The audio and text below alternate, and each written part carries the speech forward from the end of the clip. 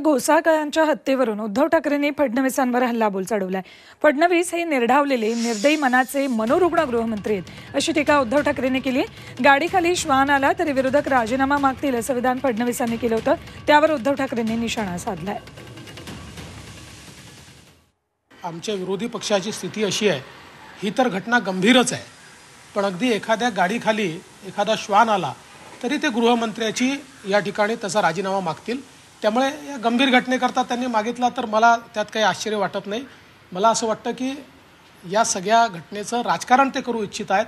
त्यांना देखील हे माहिती आहे की ही जी काही या ठिकाणी हत्या झाली आहे ही वैयक्तिक वैमनस्यातनं झालेली हत्या आहे, पण मला असं वाटतं की ठीक आहे, विरोधी पक्षाचं काम विरोधी पक्ष करतोय।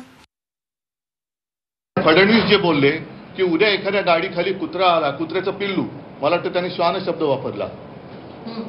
श्वान म्हणजे नुसता श्वान म्हणजे संस्कृत शब्द वापरला म्हणजे अमृत नोनी आर्थो प्लस, ये एक प्रूवन फॉर्मूला है। इसमें मौजूद नोनी फल के गुण और आयुर्वेदिक जड़ी बूटियां शरीर को जरूरी पोषक तत्व देने के साथ साथ हड्डियों और जोड़ों के घिसने, उनमें होने वाले सूजन और दर्द को रोकने में मदद करता है। दर्द मुक्त जीवन के लिए अमृत नोनी आर्थो प्लस। संस्कृत होत नाही, संस्कृत शब्द वापरला म्हणजे अरे काय सुसंस्कृत आहे। हा सुसंस्कृत नाहीये, हा निर्ढावलेला निर्गुण मनाचा, अत्यंत निर्दयी मनाचा गृहमंत्री आहे।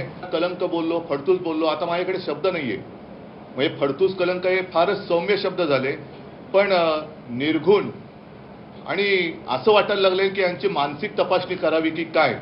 आपल्या राज्याला एक मनोरुग्ण गृहमंत्री लाभलाय का, अशीच कालची त्यांची प्रतिक्रिया होती।